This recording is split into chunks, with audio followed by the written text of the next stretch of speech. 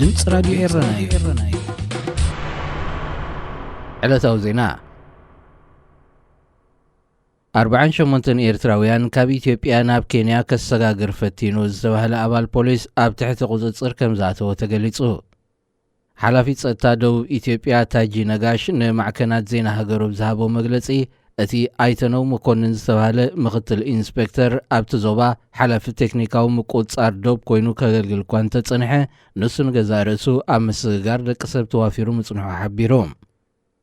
ነቶም 20 ደቂ ኣንስትዮን 5 ትሕቲ ዕድመ ህጻናትን ዝርከብዎም 48 ኤርትራውያን ሒዛ ትጓዓዝ ዝነበረት ኣይሲዙ ዝዓይነታ መኪና ብዕለት 18 ጥቅምት ኣብ ደቡብ ኢትዮጵያን ኬንያን ኣብ ትሕቲ ቁጽጽር ፖሊስ ኣትያ።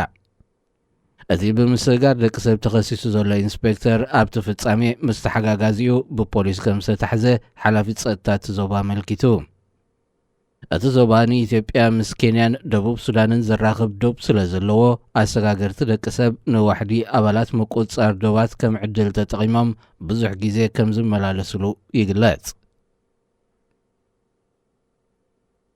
ደገፍቲ ናይቲ ዝወደቐ ስርዓት አልበሽር ዝኾኑ ብኣሽሓት ዝቝጸሩ ሰባት ኣብ ከተማ ካርቱም ሰላማዊ ሰልፊ ካይዶም። እቶም ደገፍቲ ስርዓት አልበሽር ናይ ወፃኢ ሓይልታት ካብ ሱዳን ክወፁ ብምጥላብዮም ነቲ ሰላማዊ ሰልፊ ካይዶሞ።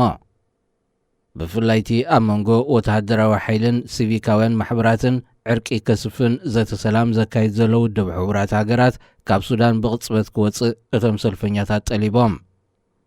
ንሳቶም ብተወሳኺ ልዑላውነት ሱዳን ክኽበር ኣለዎ ብምባል ስርዓተ መንግስቲ ብእስላማዊ ዳ እምበር ሴኩላር ክኸውን የብሉን ኢሎም።